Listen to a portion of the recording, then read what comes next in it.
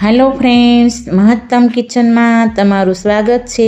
आज આપણે બનાવીશું બજારમાં મળે તેવી દાબેલી।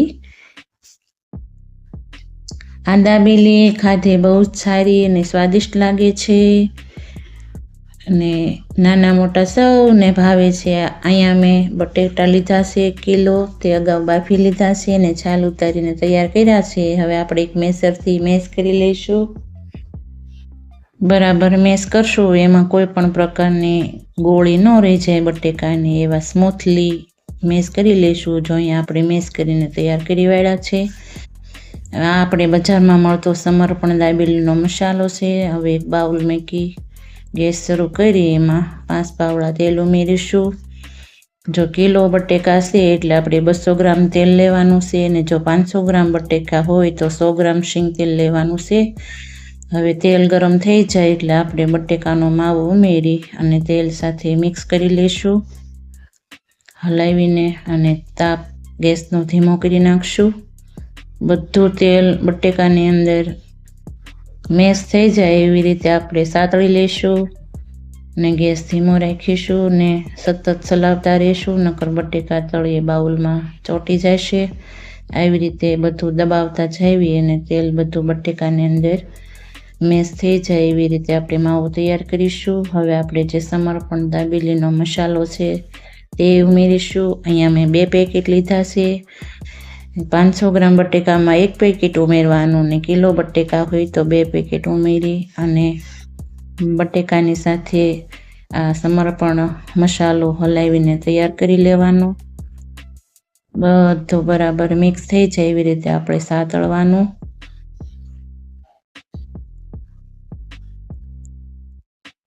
અને આ મસાલો અસલ બજાર જેવો જ બને છે, એકદમ ચમકીલો અને સ્વાદિષ્ટ બને છે। સરસ। જો હવે આપણો બધો મસાલો બટેકાની અંદર મેશ થઈ ગયો છે। આવી રીતે તૈયાર માવો કરી લેવાનો।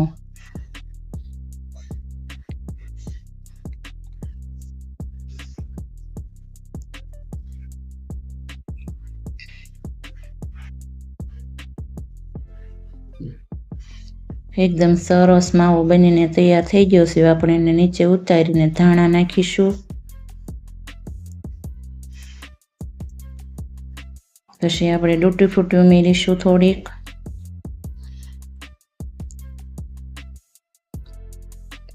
थोड़ीक आपणे લીલી દ્રાક્ષ ઉમેરીશું। आ छे दाडमना दाणा ते उमेरी देशुं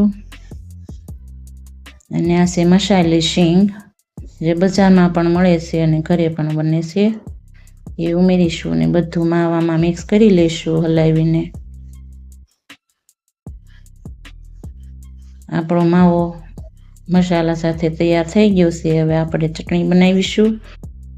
एमां 2 चमची काश्मीरी लाल मरचुं ने थोड़ी अर्धी चमची आपणे तीखुं मरचुं उमेरीशुं, अर्धी चमची मीठुं उमेरीशुं अने थोड़ा आपणे शींगदाणा खारी शींगना उमेरीशुं અને અડધું લીંબુનો રસ ઉમેરીશું।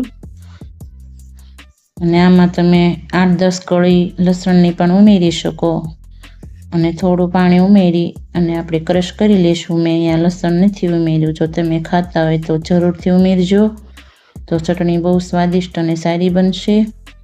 હવે આપણી ચટણી તૈયાર થઈ ગઈ છે, આપણે એક વાટકામાં કાઢી લઈએ।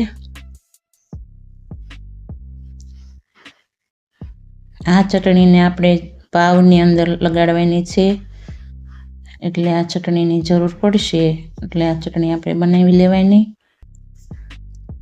થોડી ઘાટી લાગતી હોય તો થોડું પાણી ઉમેરવાનું। અહીંયા મને ઘાટી નથી લાગતી એટલે મેં નથી ઉમેર્યું। હવે આપણે એક પાવ લઈ અને ત્રાંસું કટ કરી લેવાનું અને આ જે ચટણી બનાવી છે એ પાવની અંદર લગાડી દેવાની। बराबर बधी बाजू लगाड़ी अने पाव में तैयार करी लेवानुं। पछी आपणे चमची लई अने मावो अंदर दबावीने भरी लेवानो अने दाबेली फूल दबावीने भरवानी, जेथी करीने खावानी मजा पड़े।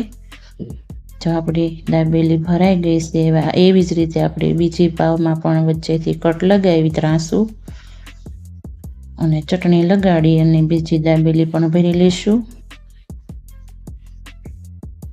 બધી કોર ચટણી લાગી જાય એવી રીતે ભરવાની.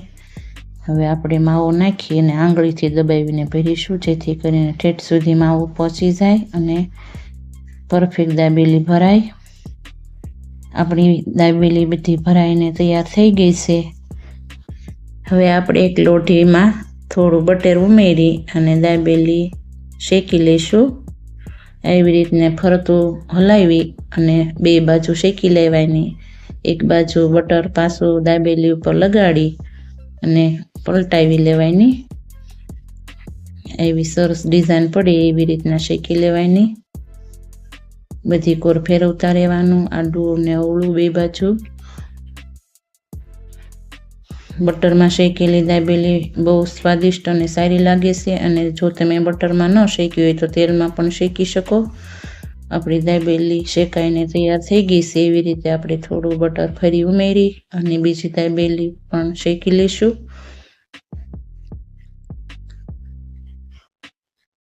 બીજી બાજુ પણ થોડું બટર ઉપર લગાડી અને ફરીને પલટાવી લઈશું.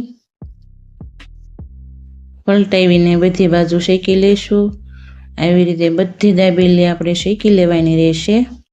આપણી દાબેલી સરસ શેકાઈને બધી સરસ તૈયાર થઈ જાય એવી રીતે ઘડીક આડીને ઘડીક ઊભીને બરાબર અડખેને પડખેને બધી શેકી લેવાની. તાવેથાનું પ્રેશર કરીને શેકવાની એટલે ડિઝાઇન પણ સારી બને અને પડે. હવે આપણે ખજૂર આંબલીની ચટણી કરી લઈશું. ખજૂર આંબલીને મેં અડધી કલાક ગરમ પાણીમાં પલાળીને રાખ્યા હતા. તેમાં હવે આપણે બ્લેન્ડર ફેરવી અને ક્રશ કરી લઈશું.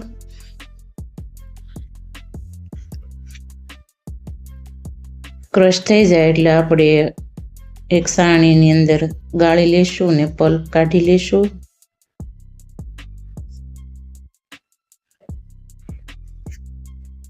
એક ચમચો લઈ અને અંદર જાળીમાં ફેરવી અને આમ હલાવીને બધો પલ્પ કાઢી લેવાનો, જેથી કરી આપણી આંબલી સરસ સ્મૂથ બને અને સારી બને.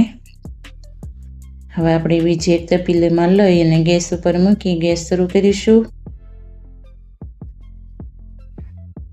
ગેસ શરૂ કરી આપણે મસાલા ઉમેરીશું. અડધી ચમચી મીઠું ઉમેરશું, અડધી ચમચી આપણે લાલ મરચું ઉમેરશું, અડધી ચમચી ધાણા જીરું ઉમેરીશું અને થોડો કાપેલો ગોળ છે તે પણ ઉમેરી દઈશું. અને આપણે હલાવીને મસાલા બધા મિક્સ કરી લઈશું અને ઉભરો આવે ત્યાં સુધી આપણે એને પાકવા દઈશું. જો અહીંયા આપણે આંબલીનો ઉભરો પણ આવી ગયો છે અને આંબલી આપણી બરાબર બનીને તૈયાર થઈ ગઈ છે. આ દાબેલી હારે ખાવાની આંબલી બહુ જાડી ન હોય એટલે આપણે પતલી બનાવવાની. હવે જે આપણે દાબેલી તળીને તૈયાર કરી હતી આપણે સેવ વારે લગાડી દઈશું. બે બાજુ સેવ દબાવીને લગાડી દઈશું એટલે સરસ ચોંટી જશે સેવ. આવી રીતના આપણે બધી દાબેલી સેવ સાથે તૈયાર કરી લેવાની. 98% લોકો અમારા વિડીયો સબસ્ક્રાઈબ કર્યા વગર જોવે છે. જો તમે સબસ્ક્રાઈબ ન કર્યું હોય તો જરૂરથી કરી નાખજો, જેનાથી અમે વધારે હાઈ ક્વોલિટીવાળી રેસીપી લાવી શકીએ. ફરી મળીશું નવી રેસીપી સાથે. ત્યાં સુધી આવજો.